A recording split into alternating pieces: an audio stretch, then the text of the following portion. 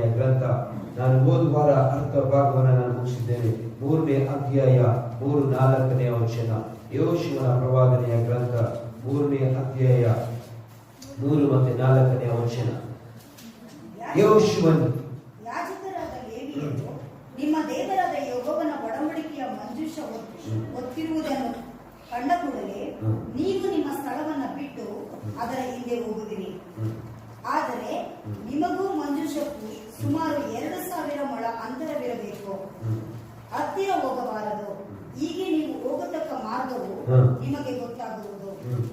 ಆ ಮಾರ್ಗದಲ್ಲಿ ನೀವು ಮುಂಚೆ ಬರಲಿಲ್ಲವಲ್ಲ.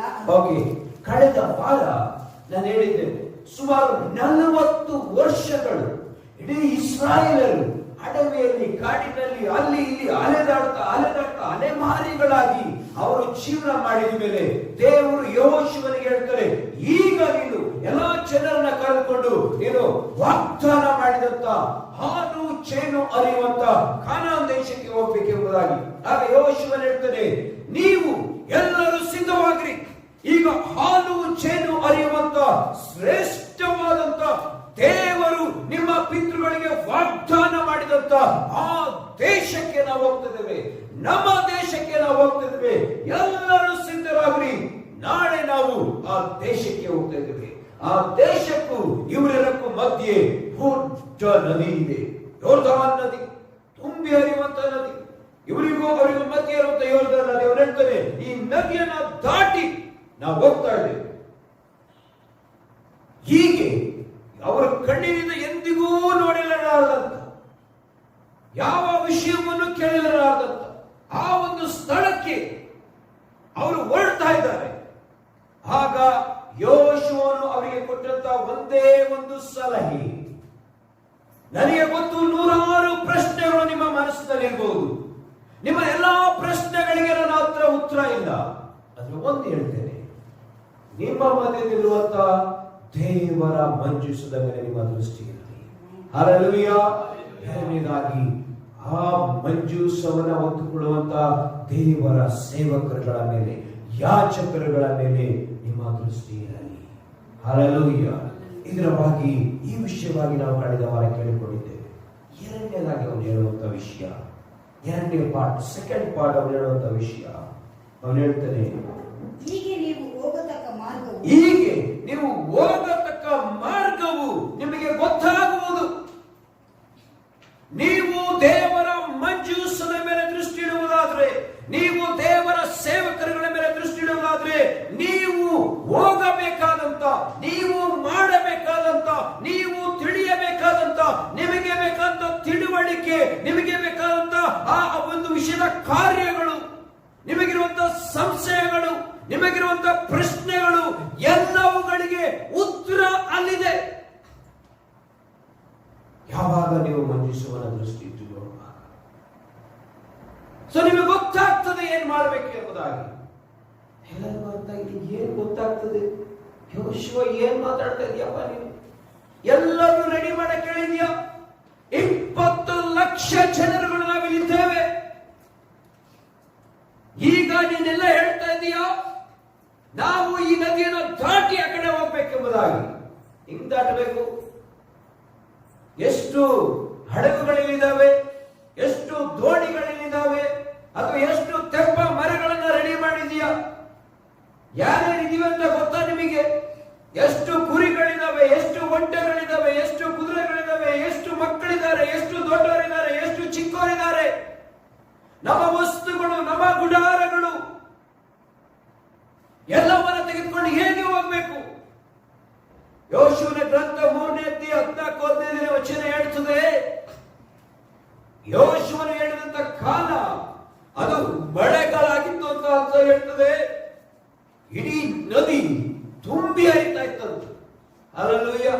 ಅಟ್ಲೀಸ್ಟ್ ಬೇಸಿಗೆ ಆಗಿದ್ರೆ ಸ್ವಲ್ಪ ನೀರು ಕಡಿಮೆ ಇರ್ತದೆ, ಹೇಗೋ ದಾಟುವಕ್ಕೆ ಏನೋ ಪ್ಲಾನ್ ಮಾಡಬಹುದು. ಸೊ ಜನರಿಗೆ ಯೋಚನೆ, ಇಷ್ಟು ತುಂಬಿ ಹರಿತಾ ಇರುವಂತ ಈ ನದಿಯನ್ನ ಹೇಗೆ ದಾಟಬೇಕು ನಾವು?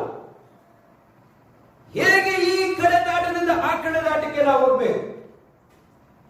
ಅಟ್ಲೀಸ್ಟ್ ಯೆಹೋಶುವ ಒಂದು ವರ್ಷದ ಹಿಂದೆ ನಾವು ಇವತ್ತಲ್ಲ ನಾಳೆ ನದಿ ದಾಟಬೇಕು, ನಿಮ್ ಕುಟುಂಬಗಳಿಗೆ ನೀವೊಂದೊಂದು ದೋಣಿನೋ ಏನೋ ಒಂದು ಮಾಡ್ಕೊಟ್ಟಿದ್ರೆ ಮಾಡ್ಕೊಡ್ತಾ ಇದ್ವಿ. ಏನು ಮಾಡ್ಕೊಳಕ್ ಹೇಳಿಲ್ಲ. ಸಡನ್ ಆಗಿ ಎಲ್ಲ ಹೇಳ್ತಾರಲ್ಲಪ್ಪ ಇವರು. Praise the lord. ಹಲ್ಲೆಲೂಯಾ. ದೇವರ ಸಮಯ ಆಗಿರ್ತದೆ. ಹಲ್ಲೆಲೂಯಾ. ದೇವರ ಕಾರ್ಯಗಳು ಯಾವಾಗಲೂ ಎಲ್ಲದೂ ರೆಡಿ ಮಾಡಿ ಕೊಟ್ರೆ ಅದು ದೇವರ ಕಾರ್ಯ ಅನ್ಸೋದಿಲ್ಲ. ದೇವರು ಯಾವ ಸಮಯದಲ್ಲಿ ಯಾವ ಕಾರ್ಯ ಮಾಡಿದ್ರೆ ಗೊತ್ತಿಲ್ಲ. ದೇವರ ನಾಮಕ್ಕೆ ಸ್ತೋತ್ರ. ಸೊ ಇಸ್ರಾಯೇಲರು ಯೆಹೋಶುವನ ಜೊತೆ ದಾಟಬೇಕೆಂಬುದಾಗಿ ನಾವೆಲ್ಲರೂ ಸಿದ್ಧವಾಗಬೇಕು. ಮಂಜೂಷವನ್ನ ನೋಡ್ರಿ. ಆದ್ರೆ ಆ ಮಂಜೂಷವನ್ನ ನೋಡುವಾಗ ನಿಮಗೆ ಗೊತ್ತಾಗ್ತದೆ ಏನ್ ಮಾಡ್ಬೇಕು ಅಂತ ನಿಮ್ಗೆ ಗೊತ್ತಾಗ್ತದೆ. ಓಕೆ,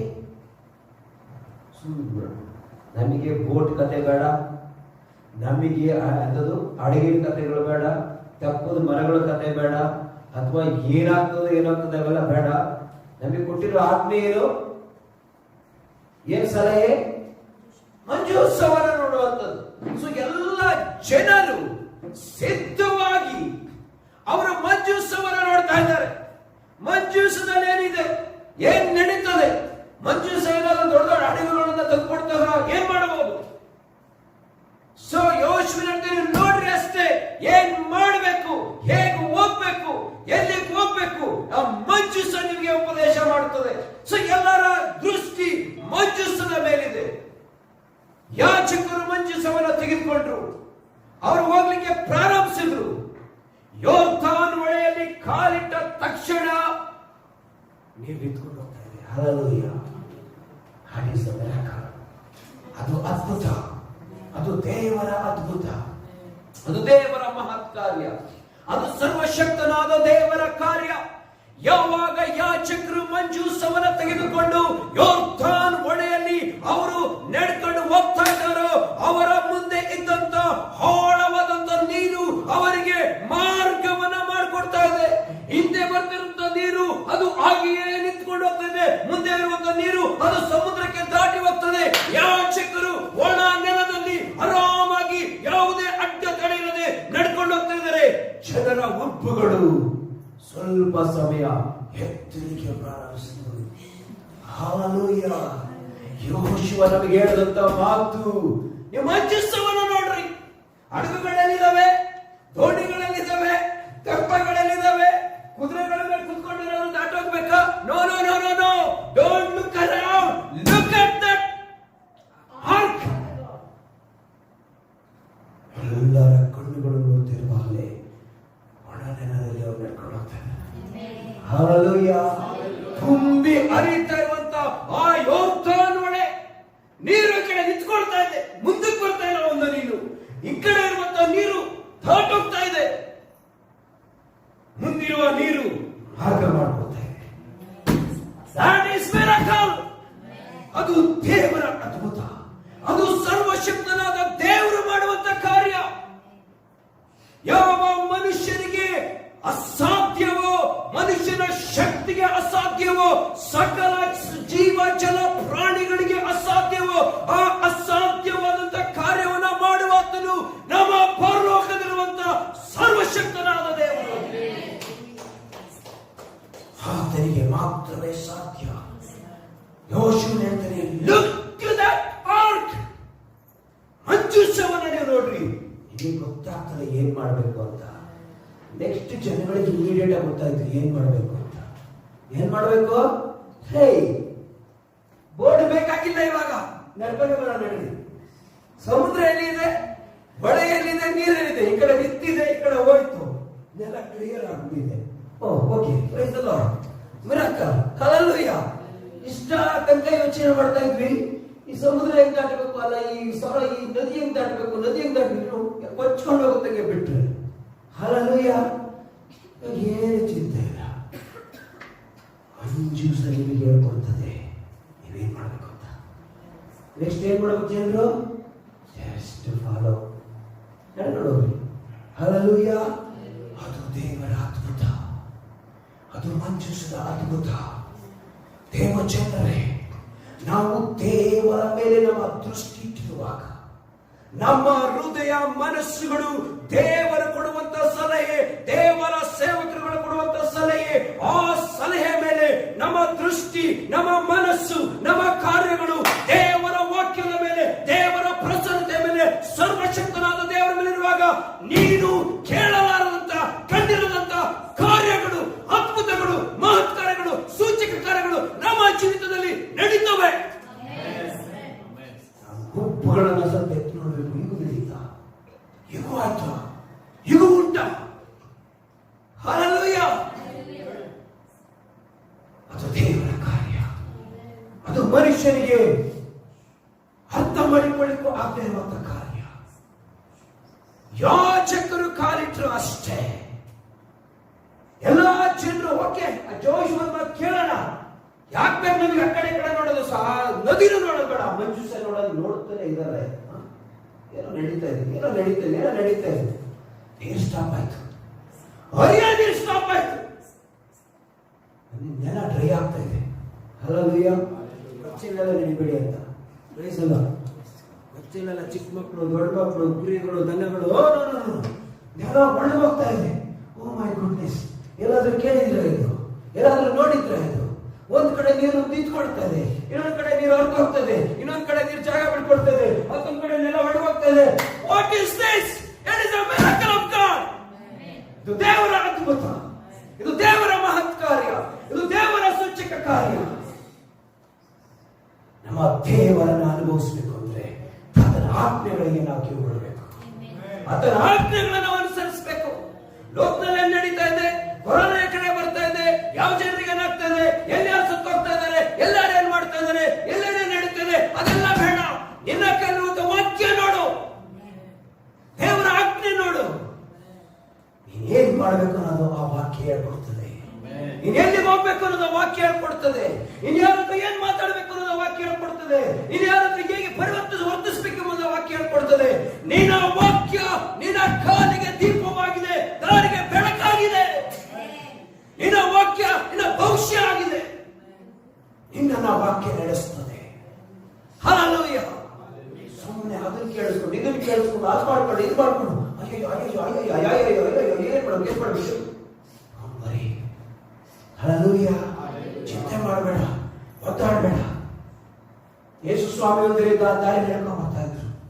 ಒಬ್ಬ ವ್ಯಕ್ತಿ ಪಾಪ ಒತ್ತಾಡ್ಕೊಂಡು ಮಾಡ್ಕೊಂಡಿದ್ದ. ಪಾಪ ಯೇಸು ಸ್ವಾಮಿ ನೋಡಿದ್ರು ಅವನ್ನ. ಗೊತ್ತಾಯ್ತು ಯೇಸು ಸ್ವಾಮಿ ಬಹಳ ದಿನಗಳಿಂದ ಈ ವ್ಯಕ್ತಿ ಬಿದ್ದಿದ್ದಾನೆ. ಒಂದು ಕೊಳ ಇತ್ತು, ಅದ್ಭುತದ ಕೊಳ. ಎಂತ ಕೊಳ? ಅದ್ಭುತದ ಕೊಳ. ವರ್ಷಕ್ಕೊಂದು ಸಾರಿ ಆ ಕೊಳದಲ್ಲಿ ನೀರು ಉಕ್ತದಂತೆ. ಎಷ್ಟು? ವರ್ಷಕ್ಕೆ ಒಂದು ಸಾರಿ ಕೊಳದಲ್ಲಿ ನೀರು ಉಕ್ತದೆ. ಅಷ್ಟು ಟೈಮು ಯಾವ ವ್ಯಕ್ತಿ ಅದನ್ನು ಬೀಳ್ತಾನೆ ಅವ್ನಿಗೆ ಎಂತ ಕಾಯಿಲೆ ಅದು ಗುಣ ಆಗುತ್ತದೆ. ಒಬ್ಬನಿಗೆ ಮತ್ತಿಬ್ಬರಿಗೆ ಆಗಲ್ಲ, ಎರಡೇ ಬಿದ್ರು ಆಗಲ್ಲ. ಒಂದೇ ಸಾರಿ ಒಬ್ಬನಿಗೆ ಆಗುವಂತ ಅದ್ಭುತ. ಸೊ ಈ ವ್ಯಕ್ತಿ ಅಲ್ಬಂದು ಕಾಯ್ಕೊಂಡು ಕೂತ್ಕೊಂಡಿದ್ದ. 38 ವರ್ಷದಿಂದ ಕೂತ್ಕೊಂಡಿದ್ದಾನೆ. ಎಷ್ಟು ವರ್ಷ? ಪಾಪ ಯಾಕೆ ಅಂತ ಹೇಳಿದ್ರೆ ಇವ್ರಿಗೆ ಕೈ ಓಡಾಡಲ್ಲ, ಕಾಲು ಓಡಾಡಲ್ಲ, ಯಾರು ಎತ್ಕೊಂಡೋಗಿ ಹಾಕೋರ ಇಲ್ಲ. ಇವರಿಗಿಂತ ಮುಂಚೆ ಯಾರೋ ಬಂದು ಬಿದ್ಬಿಡಲ್ಲ. ಅದ್ಭುತ ಮುಗಿತಂದ್ರೆ ಮತ್ತೆ ಇವನಿಗೆ ಅದ್ಭುತ ಆಗಲ್ಲ. ವಾಪಸ್ ಒಂದು ಇನ್ನೊಂದು ವರ್ಷ ಕಾಯಬೇಕಪ್ಪ. ನಿರೀಕ್ಷೆ, ಎಷ್ಟು ನಿರೀಕ್ಷೆ ಗುಣ ಆಗಬೇಕು ಅಲ್ಲ. 38 ವರ್ಷದ ಗುಣ. ಯೇಸು ಸ್ವಾಮಿ ಹೋಗಿ ನೋಡಿ ಅರ್ಥ ಮಾಡ್ಕೊಂಡ್ರು. ಅಯ್ಯೋ ಪಾಪ ಬಹಳ ದಿನ ಆಗಿದೆ. ಇಲ್ಲಿ ಸ್ವಾಮಿ ಸುಮ್ಮನೆ ಕೇಳ್ದ ಪ್ರಶ್ನೆ, ಏನಪ್ಪ ಇದು ಗುಣ ಇಷ್ಟ ಇದೆಯಾ? ಹಲ್ಲೆಲೂಯಾ. ನಿನಗೆ ಸ್ವಸ್ಥವಾಗ್ಲಿಕ್ಕೆ ಮನಸ್ಸಿದ್ಯಾ? ಅವನಿಗೆ ಗೊತ್ತಿಲ್ಲ ಯೇಸು ಸ್ವಾಮಿ ಯಾರು ಅಂತ ಪಾಪ. ಹಲ್ಲೆಲೂಯಾ. ಯೇಸು ಯಾರು ಅನ್ನೋದ ವ್ಯಕ್ತಿ ಗೊತ್ತಿಲ್ಲ. ನನ್ನ ಹತ್ರ ಮಾತನಾಡುವವನು ಇವನು ಸಮಸ್ತವನ್ನು ಆಳುವಾತನು, ಮನುಷ್ಯನಾಗಿ ಬಂದಾತನು, ಸರ್ವಶಕ್ತನಾದ ದೇವರು. ನನ್ನ ಹತ್ರ ಮಾತಾಡುವಂತ ವ್ಯಕ್ತಿ ಯಾರು ಅಂತ ಅವನಿಗೆ ಗೊತ್ತಿಲ್ಲ. ಸಮರದ ಸ್ತ್ರೀ ರೀತಿಯಲ್ಲಿ ಅವನು ಇಡೀ ಸ್ಟೋರಿನೆಲ್ಲ ಹೇಳಕ್ ಸ್ಟಾರ್ಟ್ ಮಾಡ್ತಾನೆ. ಅವನು ಓ ಏನ್ ಮಾಡೋದಪ್ಪ, ನೀನಾರ ನಿನ್ ಜೊತೆ ಇರ್ತೀಯ, ಇದ್ರಲ್ಲಿ ಆಗ್ತೀಯ ಅಂತ. ಸ್ವಾಮಿ ಕೇಳಿದ ಪ್ರಶ್ನೆ ಒಂದೇ, ನಿನಗೆ ಸ್ವಸ್ಥವಾಗ್ಲಿಕ್ಕೆ ಮನಸ್ಸುಂಟು ಅಂತ. ಅವನು ಯೋಚನೆ ಮಾಡ್ತಾ ಇದ್ದ ಈ ವ್ಯಕ್ತಿ ನಾನು ಹೆಲ್ಪ್ ಮಾಡ್ಬೋದು ಗುಂಡಿಲ್ ಹಾಕಕ್ಕೆ ಅಂತ. Praise the lord. ಹಲ್ಲೆಲೂಯಾ. ಒಬ್ಬ ಎಲ್ಲಾ ಕಷ್ಟ ಕಣ್ಣೀರು ದುಃಖ ಎಲ್ಲ ಹೇಳ್ಕೊಡಕ್ ಪ್ರಯತ್ನ ಪಡ್ತಾನೆ. ಯೇಸು ಸ್ವಲ್ಪ ಮಾತಾಡಿದ್ರು, ಎದ್ದು ನೀನು ಹಾಸಿಗೆ ತೆಗೆದುಕೊಂಡು ಹೋಗಪ್ಪ ಅಂತ. ಸಡನ್ ಆಗಿ ಏನಾಯ್ತು ಅಂತ ಗೊತ್ತಿಲ್ಲ. ಎದ್ದ, ಹಾಸಿಗೆ ಹೊತ್ಕೊಂಡ, ಬಾಯಲ್ಲಿ ಹೋಗ್ತಾ ಇದ್ದ. ಹಲ್ಲೆಲೂಯಾ. ಗುಣಪಡಿಸ್ತಾರೆ ಯಾರು ನನಗೆ ಗೊತ್ತಿಲ್ಲ. ನೆಕ್ಸ್ಟ್ ಜನಗಳನ್ನ ಬಿಟ್ಕೊಳ್ತೀನಿ ಯಾರು ಗುಣಪಡಿಸಿದ್ದು ಅಂತ, ಯಾಕೆಂದ್ರೆ ಅವ್ರು ಸಫಲ ಆಗ್ಬಿಟ್ಟಿತ್ತು, ಅದು ಪ್ರಾಬ್ಲಮ್. ಹಲ್ಲೆಲೂಯಾ.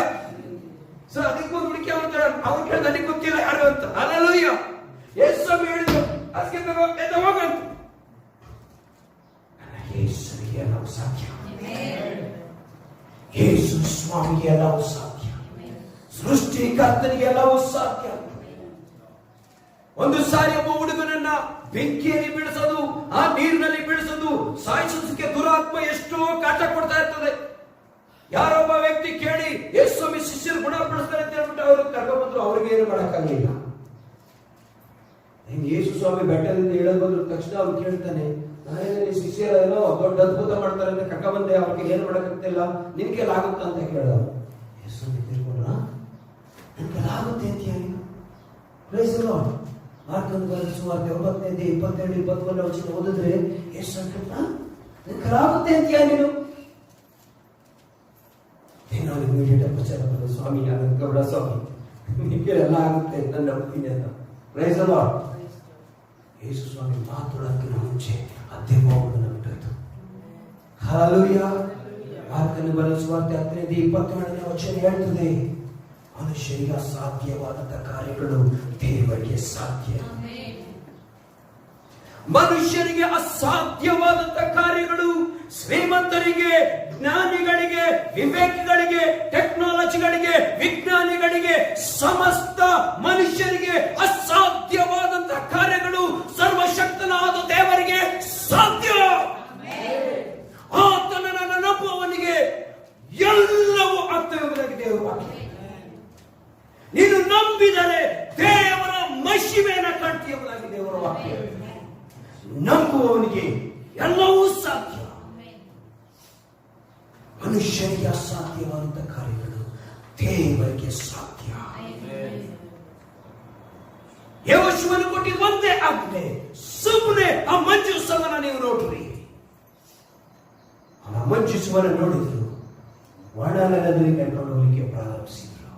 ಸುಖವಾಗಿ, ಯಾವ ಒತ್ತಾಟ ಇರದೆ, ಯಾವ ಕಷ್ಟ ಇರದೆ, ಯಾವ ಒಂದು ತೋಣಿ ಇರದೆ, ಯಾವ ಹಣ ಏನು ಇರದೆ, ಆರಾಮಾಗಿ ದಾರಿಯಲ್ಲಿ ಹೇಗೆ ನಾವು ನಡ್ಕೊಂಡು ಹೋಗ್ತೀವೋ ಹಾಗೆ ಆರಾಮಾಗಿ ಅವರು ತುಂಬಿ ತುಳುಕಿ ಹರಿತಾ ಇದ್ದಂತ ಯೋರ್ದಾನ್ ನದಿಯನ್ನ ಆರಾಮಾಗಿ ಅವರು ದಾಟಿ ಹೋಗ್ತಾರೆ. ಇದು ದೇವರ ಕಾರ್ಯ. ಇದು ದೇವರ ಕಾರ್ಯ. ದೇವರ ಅದ್ಭುತ. ಪ್ರಿಯ ದೇವರ ಮಕ್ಕಳೇ, ನಮ್ಮ ಜೀವನದಲ್ಲಿ ಬಹಳ ಕಾರ್ಯಗಳು ನಡೆಯಬಹುದು.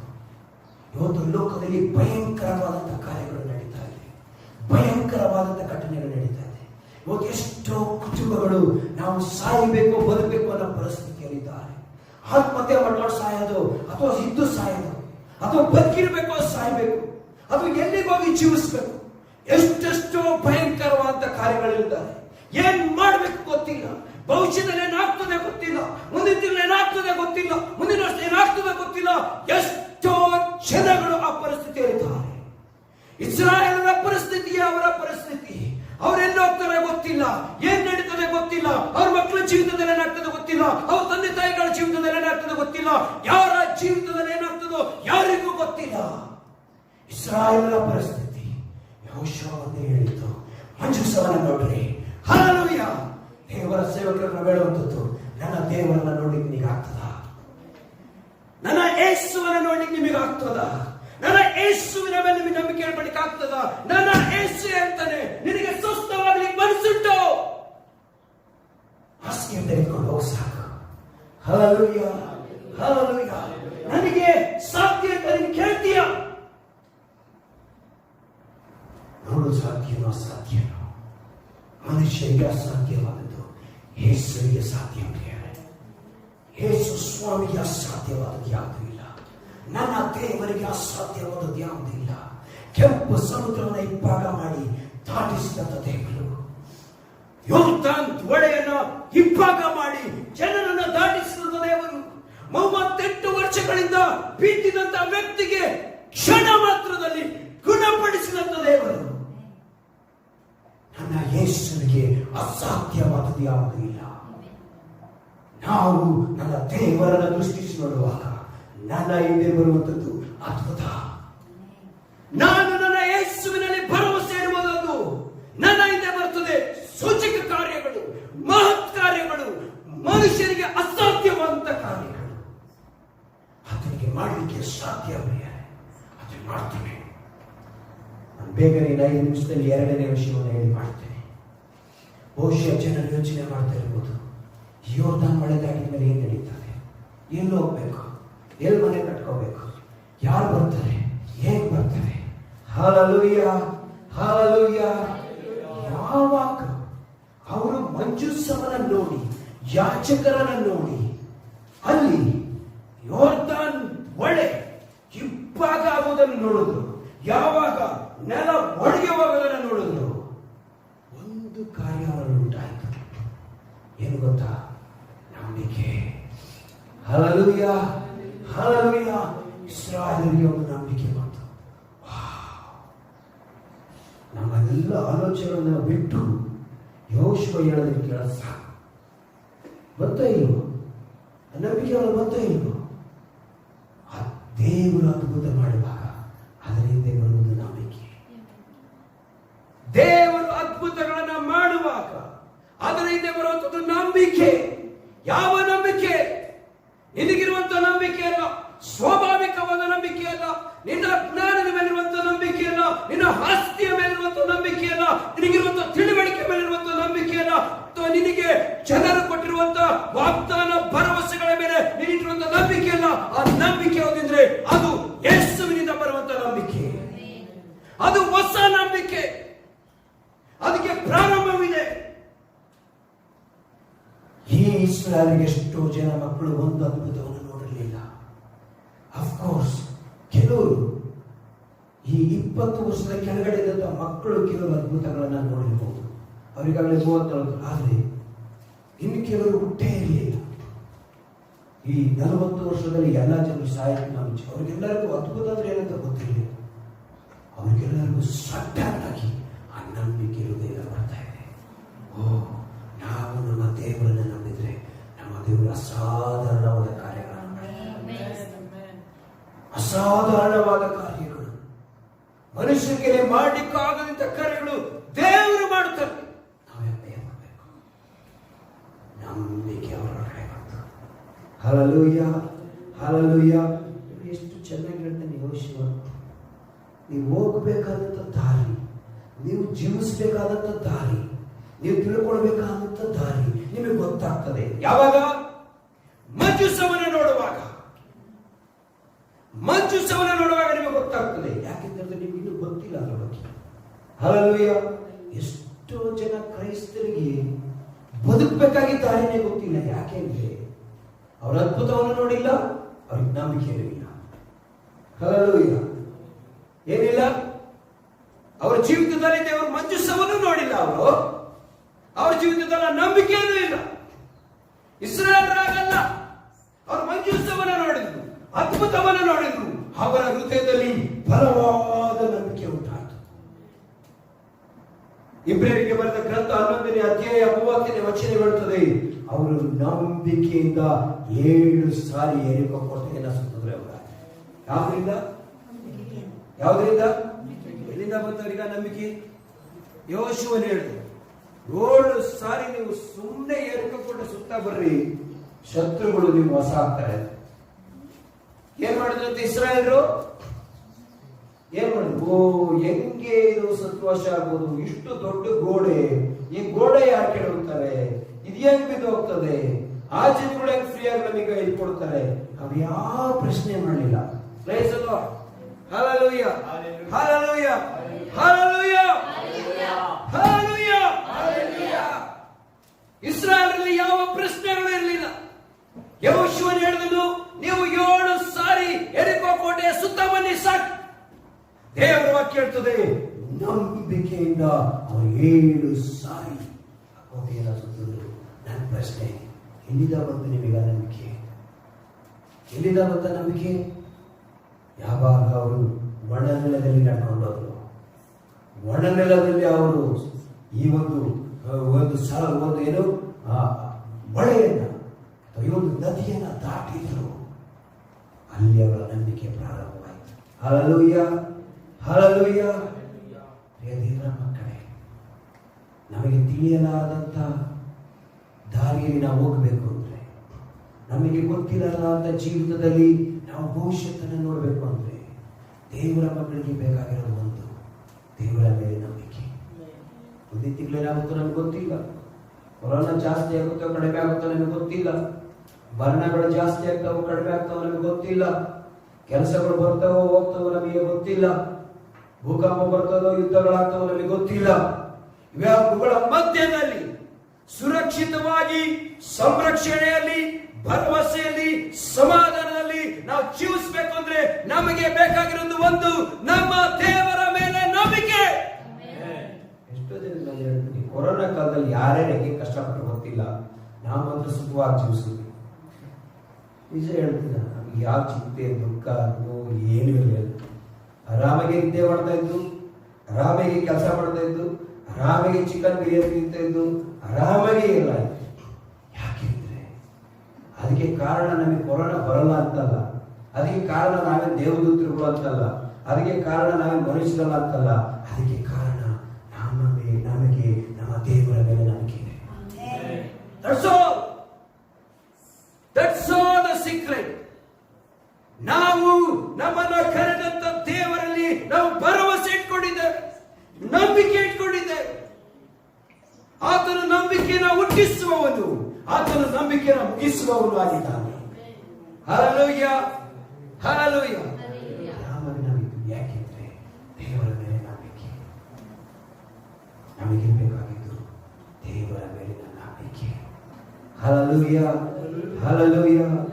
ಇಸ್ರಾಯೇಲರು ಎಲ್ಲಿ ಕಾನಾನ್ ದೇಶವನ್ನ ಜಯಿಸಿದರು, ಅದಕ್ಕೆ ಕಾರಣ ಅವರಲ್ಲಿದ್ದ ನಂಬಿಕೆ, ದೇವರ ಮೇಲೆ ಬಲವಾದ ನಂಬಿಕೆ. ಪ್ರಿಯ ದೇವರ ಮಕ್ಕಳೇ, ಎರಡನ್ನ ನಾವು ತಿಳ್ಕೊಳ್ಳೋಣ. ನಾವು ನಮ್ಮ ದೇವರಲ್ಲಿ ಆತನ ಸಲಹೆಯಲ್ಲಿ ಭರವಸೆ ಇಡೋದಾದ್ರೆ ನಾವು ತಿಳಿಯಲಾರದ, ಕಾಣಲಾರದಂತ ಅನೇಕ ಕಾರ್ಯಗಳನ್ನ ದೇವರು ನಮ್ಮ ಜೀವಿತದಲ್ಲಿ ಮಾಡ್ತೇವೆ. ಕೆಲವರು ಅದನ್ನ ಅದ್ಭುತಗಳು ಅನ್ಬೋದು, ಕೆಲವರು ಅದನ್ನ ಸೂಚಕ ಕಾರ್ಯಗಳು ಅನ್ಬೋದು, ಕೆಲವರು ಅದನ್ನ ಮಹತ್ ಕಾರ್ಯಗಳು ಅನ್ಬೋದು, ಇನ್ನು ಕೆಲವರು ಅದನ್ನ ದೇವರ ಕಾರ್ಯಗಳು ಅನ್ಬೋದು. ನೀವು ಯಾವ ಭಾಷೆಯನ್ನು ಉಪಯೋಗಿಸಿ ಆ ಕಾರ್ಯಗಳು ನಡೀತವೆ. ಹಲ್ಲೆಲೂಯಾ.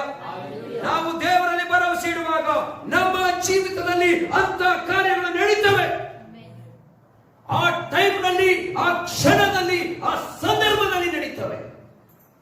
ನಾವು ಅದು ಕನಸು ಕಾಣ್ಕೊಂಡು ಕೂತ್ಕೋಬೇಕಾಗಿಲ್ಲ, ಅಥವಾ ನಡೀಲಿ ಅಂತ ನೋಡ್ಬೇಕಾದ ಅವಶ್ಯಕತೆ ಇಲ್ಲ.